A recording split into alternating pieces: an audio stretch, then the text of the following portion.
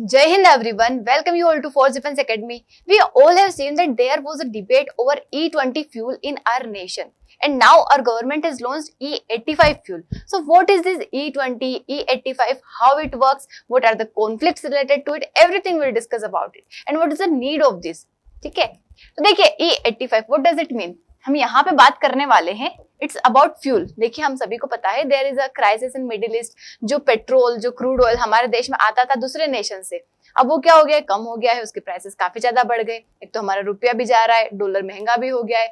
तो ये सारी चीजों से दूर होने के लिए, इन सारी चीजों को अवॉइड करने के लिए हमने सोचा कि ऐसा कुछ करे कि फ्यूल की रिक्वायरमेंट हमें बाहर से करना ही ना पड़े। फ्यूल के मतलब जो भी डिमांड है बाहर से हमें फुलफिल करना ही ना पड़े। We would create our own fuel. और ओन फ्यूल देखो आप सभी को पता है इंडिया हमारा फार्मिंग नेशन है, एग्रीकल्चर नेशन है। We have ample amount of agriculture products available in our nation, जिसकी हेल्प से हम क्या कर सकते हैं, इथेनॉल बना सकते हैं। और इथेनॉल को हम यूज कर सकते हैं गाड़ियों में। तो वही यहाँ पे बात कर रहे हैं E85। इसका मतलब क्या है, देखिए पहले हम ई मतलब समझते हैं। ई मतलब इथेनॉल, ठीक है, नॉर्मली यूज्ड फॉर इथेनॉल। अब इथेनॉल अभी तक क्या हो रहा था, पहले तो हमने 1.5% से स्टार्ट किया।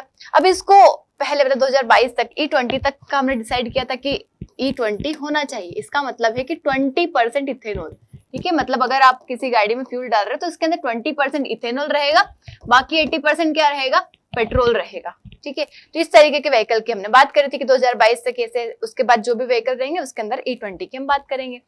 फिर क्या हुआ, अब हम बात कर रहे हैं E85 की। अब व्हाट डज इट मीन, इसका मतलब है कि 85% इसके अंदर इथेनॉल रहेगा, ठीक है, और बाकी जो रहेगा 15% वो रहने वाला है पेट्रोल। अब देखो पेट्रोल इतना कम हो जाएगा, it means we are not relying on other nation for our fuel consumption. हमें अपने देश में ही चीजें मिल जाएगी। बट अब सोचिए जो गाड़ियां ऑलरेडी खरीद चुके हैं लोग, फॉर एग्जाम्पल अभी मानो 4-5 दिन पहले, अब ये तो इन्वायरमेंट डे के दिन उन्होंने लॉन्च किया है, बट उसके 4-5 दिन पहले या फिर 1 साल देख लो, 2 साल देख लो, गाड़ियां इतनी जल्दी तो खराब होती नहीं है।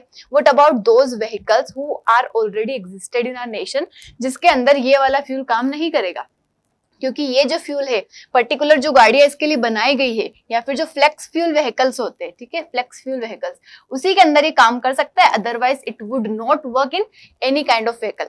अगर ये E20 व्हीकल भी है तो उसके अंदर E85 फ्यूल काम नहीं करेगा, ठीक है। इसका ध्यान हमें रखना है। तो अब उन गाड़ियों का क्या, क्योंकि ऑलरेडी तो हमारे देश में तो इतनी सारी गाड़ियां हैं, उनका क्या होगा।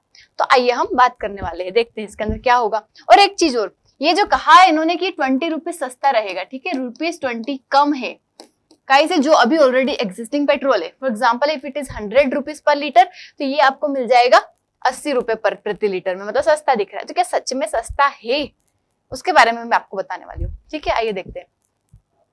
अब देखिए रिसेंटली क्या किया, लॉन्च किया गया है हमारे एनवायरमेंट मिनिस्टर के द्वारा। उसके बाद कई सारे अलग अलग 48 सिलेक्टेड फ्यूल स्टेशन में इसको बोला गया है कि वहां पर रोल आउट करवाएंगे। उसके बाद 85% इसमें इथेनॉल रहेगा, 15% पेट्रोल रहेगा। जो पहले हमने E20 किया था उसी का थोड़ा सा इन्वर्जन देख लो आप यहाँ पे। उसके साथ ही इसका ऐसा भी कहा गया है कि इसकी प्राइस जो है पहले वाले से, मतलब for example if you consider 102 प्रति लीटर, मतलब जो दिल्ली में प्राइस है शायद, उससे 20 रुपए कम रहेगा इसकी प्राइस, ठीक है। अब देखिए ये क्या मतलब 20 रुपए कम का क्या कॉन्सेप्ट है, या सच में ऐसा कम है। देखिए मैं आपको बताती हूँ, जो नॉर्मल पेट्रोल होता है, मतलब एक पेट्रोल के अंदर कुछ एनर्जी होगी, उस एनर्जी से गाड़ी चल रही होगी। तो ये जो इथेनॉल ब्लेंडिंग वाला, मतलब जो E85 वाला जो इथेनॉल ब्लेंडेड पेट्रोल जो रहेगा, उसकी energy as compare to original petrol क्या रहेगी, कम रहेगी। फॉर एग्जाम्पल अगर आपका नॉर्मल पेट्रोल मान लेते अगर 18 किलोमीटर प्रति लीटर चल रहा है, मतलब 1 लीटर में आप 18 किलोमीटर तक जा पा रहे हो, तो जो E85 वाला पेट्रोल रहेगा ना, ये आपको सिर्फ 16 किलोमीटर तक ही ले जा पाएगा। मतलब 20 रुपए जो कम करे उन्होंने, यहाँ से 2 किलोमीटर भी तो कम कर दिए ना आपके। बात वो क्या हो जाएगी, ओवरऑल पैसा बराबर ही लग रहा है, बट इट सीम्स लाइक कि पैसा कम हो गया है प्रति लीटर। उसकी एनर्जी भी क्या हो जाएगी, यहाँ से कम हो जाएगी। यही मैं आपको बता रही हूँ कि 30% लेस एनर्जाइज्ड है। तो government is not providing any kind of subsidy और समथिंग, बट आपका पैसा ज्यादा भी नहीं लग रहा है, बराबर ही फ्यूल लग रहा है, बस उसकी प्राइस आपको कम कर दी गई है यहाँ पे। मतलब अगर हम पेट्रोल की बात करें तो इसके अंदर 34 मेगा जूल अगर प्रति लीटर एनर्जी रहती है, तो इधर की साइड क्या रहेगा, 24 रहेगा। तो वही आपको क्या कर देगा, नॉर्मल फ्यूल से थोड़ा सा कम एनर्जी प्रोवाइड करवाएगा। तो एग्जाम्पल देख लो, लाइक पेट्रोल अगर 102 है, अगर 20 किलोमीटर डिस्टेंस कवर कर रहा है तो 5 रुपए प्रति किलोमीटर हो रहा है ये। वहीं यहाँ पे अगर 82 रुपीज का है और अगर 16 किलोमीटर ही जा रहा है तो भी 5 रुपए प्रति किलोमीटर हो रहा है। तो बात तो क्या हो गई, आपको पैसा तो बराबर ही लग रहा है, बट इट सीम्स लाइक कि पैसा कम लग रहा है प्रति litre. So that's the concept behind it, मतलब इसके पीछे जो फिजिक्स लगाई गई है तो कोई सस्ता वस्ता नहीं है, ये ध्यान रखना आप लोगों को। What is the warning? एक वार्निंग यहाँ पे ये आ जाती है कि अगर आप E85 फ्यूल को ऐसे व्हीकल में यूज करते हो जो कि या तो E20 वाले होंगे, E10 वाले होंगे, E50 वाले होंगे। E50 मतलब ये समझ आ रहा है ना, E50 मतलब 50% उसके अंदर इथेनॉल है, E10 मतलब 10% इथेनॉल है। ऐसे किसी व्हीकल या फिर नॉर्मल पेट्रोल गाड़ी में अगर आप चलाते हो तो वहां पे क्या प्रॉब्लम होगी? देखो, एक तो पहली चीज मॉइस्चर मैग्नेट जो इथेनॉल होता है वो मॉइस्चर क्रिएट करता है, एब्जॉर्ब करेगा वाटर को, इसकी वजह से स्टार्टिंग गाड़ी के चालू होने में डिफिकल्टी होगी क्योंकि मॉइस्चर रहेगा तो गाड़ी चलेगी नहीं। दूसरी चीज, वो अंदर से रस्टिंग जो होगा, कोरोजन कर देगा, खराब कर देगा जो उसके पार्ट्स रहते, स्टैंडर्ड मेटल जो रहता है ना वो चीजें खत्म कर देगा।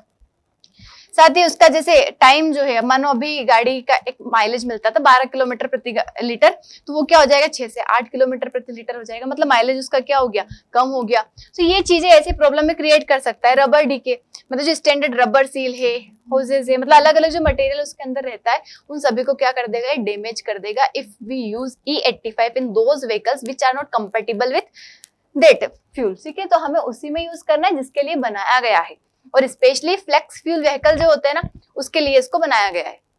कुछ ही नेशन, हमारे नेशन में भी ऐसा नहीं है कि बहुत सारी गाड़ियां इससे रिलेटेड चलती है, बट आने वाले टाइम पे अगर कोई गाड़ी लॉन्च करेंगे तो वो फ्लेक्स फ्यूल व्हीकल की करेंगे ताकि क्या हो सके, ये फ्यूल उसके अंदर कंपेटेबल रहे। जैसे अभी E20 वाला रहता है, पहले था ही नहीं ऐसा भी, वो गाड़ी अभी तक भी क्या हो रही है, काफी ज्यादा प्रॉब्लम फेस कर रही है, उनको काफी ज्यादा चीजें देखना पड़ रहा है। तो ऐसा ही इसको भी क्या कर देंगे, बना देंगे। हम देखिए नॉर्मल अगर हम स्टैंडर्ड इंजन की बात करें तो उसके अंदर स्टैंडर्ड मेटल्स, मतलब नॉर्मल ये चीजें रहती है। अब वो हर चीज, जैसे इथेनॉल, ये फ्लेक्स फ्यूल व्हीकल में क्या रहेगा कि इथेनॉल रेजिस्टेंट मटेरियल इसमें अपग्रेड रहेगा, कि अगर इथेनॉल आता भी है तो मटेरियल को खराब नहीं करेगा ये अंदर, ना किसी रबड़ को डैमेज करेगा, ना किसी मेटल को खराब करेगा, ऐसी कोई सी भी चीज वो नहीं करेगा। साथ ही उसके अंदर एंटी कोरोसिव फ्यूल लाइन्स रहेंगे। उसके बाद हेवी ड्यूटी फ्यूल पंप्स उसके लिए रहेंगे मॉडिफाइड। उसके साथ ही एडप्टिव इंजन कैलिब्रेशन सेंसर, मतलब ये फ्यूल और सबको एडप्ट करता है, मतलब सारी चीजों को मैनेज करता है कि जो अगर फ्यूल आ रहा है उसकी वजह से अंदर के पार्ट्स खराब ना हो। तो सारा स्टैंडर्ड चीज इसके अंदर क्या करी जाएगी, लगाई जाएगी, जिसकी वजह से क्या हो सके, इंजन डैमेज ना हो, गाड़ी खराब ना हो। अभी हमारे पास कुछ ही गाड़ी है, रिसेंटली कुछ लॉन्च हुई है मारुति सुजुकी की, उसके साथ ही हीरो मोटोकॉर्प, मतलब इनके अंदर फ्लेक्स फ्यूल का व्हीकल है। आने वाले टाइम पे कई सारी गाड़ियां धीरे धीरे लॉन्च होने वाली है। अब देखिए क्यों हम इसके ऊपर बात कर रहे हैं, बिकॉज वी नो कि इंडिया जो है उसके पास, मतलब अभी के टाइम पे हमने देखा वॉर की वजह से हमारे देश में क्रूड ऑयल का क्राइसिस आया, आप लोगों को पता है प्राइसेस भी बढ़ रहे हैं काफी ज्यादा। उसके बाद हमारे देश में एक तो एग्रीकल्चर का काफी अच्छा सोर्स है तो हम बना सकते हैं, ये तो हमें पता ही है। उसका डॉलर जो है रुपए के कंपैरिजन में क्या हो रहा है, महंगा हो रहा है, महंगा हो रहा है तो हमें इतना ही ज्यादा डॉलर देना पड़ रहा है, डॉलर भी जा रहा है, क्रूड ऑयल भी महंगा है, तो हमारा फोरेक्स खत्म हो रहा है, हमारा रुपी क्या कर रहा है, डिप्रिशिएट कर रहा है। That's why we are required कि हमारे पास ऐसा कुछ मटेरियल हो हमारे देश में ताकि हमें डिपेंडेंट ना रहना पड़े। ठीक है, देखिए एक तो अवेलेबिलिटी, हमारे मतलब इसके ऊपर डिपेंड नहीं करना पड़ेगा। उसके बाद सस्टेनेबिलिटी, कार्बन फुटप्रिंट, देखो ये बहुत अच्छी चीज है यहाँ पे कि नॉर्मल क्या होता है जो फॉसिल फ्यूल हो गया, ये पेट्रोल डीजल जो हो गए, ये एटमॉस्फेयर में क्या करते हैं, पोल्यूशन करते हैं, काफी ज्यादा कार्बन फुटप्रिंट छोड़ते हैं। ये क्या करेगा, इथेनॉल रहेगा, ऑलरेडी ये क्या है, रिन्यूएबल मटेरियल है, मतलब ऑर्गेनिक मटेरियल है, तो ये क्या करेगा, अगर रिलीज भी कर रहा है गैसेस तो वो एटमॉस्फेयर को हार्म नहीं करेगी, पोल्यूट नहीं करेगी, तो यहाँ पे फायदा हो जाएगा। साथ ही अफोर्डेबल है, जो हमारे देश में रुपये को ग्लोबल ऑयल, मतलब क्या हो रहा है, हमें पता है कि क्रूड ऑयल की प्राइस बढ़ी, डॉलर महंगा हो गया तो हमारा फोरेक्स कम हो रहा है। अब फोरेक्स कम हो रहा है तो हमारे देश में प्रॉब्लम क्रिएट कर रहा है रुपये को डिप्रिशिएट करने में, तो उसे भी क्या कर लेगा, ये बचा लेगा, ये हमारे देश में फायदा होने वाला है। अब देखिए एक तरफ तो फोरेक्स विन, वो हमने देखा भी है कि पहले 1.5% से स्टार्ट किया, 20% तक लाए अभी हम, और धीरे धीरे हम क्या कर रहे हैं, स्कोर 85 तक हम लेके जा रहे हैं। तो उसकी ही वजह से देखो हम ये 20% भी अगर कर रहे हैं ना तो हमें सिर्फ 80% फ्यूल लेना पड़ रहा है बाहर से, 80% लेना पड़ रहा है, मतलब जो 20% का पैसा है वो सारा हमारा बच गया तो हमारे देश में किसी और काम में आ जाएगा, वो हमें पैसा नहीं देना पड़ेगा। पैसा नहीं देंगे तो हमारे देश में मतलब एक तो फोरेक्स भी हमारा बचेगा, डॉलर नहीं जाएगा बाहर, और साथ ही यहाँ पे एमिशन की बात करें, कार्बन एमिशन, तो कार्बन एमिशन भी नहीं होगा उसकी वजह से, मतलब जो भी गैसेस अगर बाहर रहेगी ऑर्गेनिक चीजें रहेगी जो कि बाकी प्लांट्स वगैरह एब्जॉर्ब कर लेते हैं। अगर नॉर्मल कार्बन बाहर निकलेगा तो वो हमारे देश में प्रॉब्लम क्रिएट कर सकता है। अब देखिए यहाँ पे बायोफ्यूल की अगर हम बात करें तो हमारे देश में क्या क्या है, कौन कौन सी चीजें जिससे हम बना सकते हैं। तो पहली चीज तो शुगर केन, मोलासिस काफी बड़ा सोर्स है, इससे बनाते हैं इथेनॉल। उसके साथ ही राइस जो है बचे हुए, सरप्लस राइस जो है एफसीआई के अलावा जो बचे हुए। उसके बाद डैमेज जो फूड ग्रेन, जो कि इंसान तो खाता नहीं है, बचा हुआ मतलब खराब हो गई है, फसल खराब हो गई या फिर बचा हुआ प्रोडक्ट है, तो उन सारी चीजों से कर लेंगे ऑर्गेनिक मटेरियल से। साथ ही मेज कॉर्न, जिसके ऊपर गवर्नमेंट अभी फोकस कर रही है ज्यादा। तो ये सारी चीजों से हम क्या कर सकते हैं, इथेनॉल बना सकते हैं हमारे देश में। इंडिया के पास कैपेसिटी है कि it can produce around 19 billion litre of ethanol, but currently it is producing only 11.5 billion litre. तो बचा हुआ है, उसको भी हम क्या करेंगे, यूटिलाइज करेंगे इन अपकमिंग टाइम। तो यही कैटलिस्ट है कि जिसकी वजह से हम क्या कर सकते हैं, अपने बची हुई कैपेसिटी को यहाँ पे यूटिलाइज कर सकते हैं। अब देखिए फार्मर को क्या विंडफॉल हो सकता है। विंडफॉल मतलब कि अनएक्सपेक्टेड गेन उसे हो सकता है। अब देखिए फार्मर जनरली क्या करता है, अपनी क्रॉप्स को बेचता है, उसे नॉर्मल प्रॉफिट मिल जाता है, थोड़ा बहुत जो भी मिलता है, जितना पैसा अभी उसका है। अब देखिए किसी चीज की जब डिमांड बढ़ेगी तो उसका प्राइस भी बढ़ेगा। अब इसकी अगर इथेनॉल वाले product for example sugar cane हो गया, मेज हो गया, राइस हो गया, इन सभी चीजों की अगर प्राइस बढ़ेगी, क्योंकि अगर लोग खरीदेंगे इथेनॉल बनाने के लिए, उनको जरूरत पड़ेगी, इनके प्राइसेस बढ़ेंगे तो ओवरऑल गेन किसको होगा, फार्मर को होगा। तो यहाँ से फार्मर को क्या करवा सकते हैं, बेनिफिट पहुंचा सकते हैं। अब ब्राजील देखो एग्जांपल, हमने ऐसा नहीं है कि हमने खुद ने ट्राई कर लिया, Brazil has already tried it और उन्होंने क्या कर लिया, यहाँ पे काफी ज्यादा एक्सपेरिमेंट भी किया है काफी लंबे टाइम से।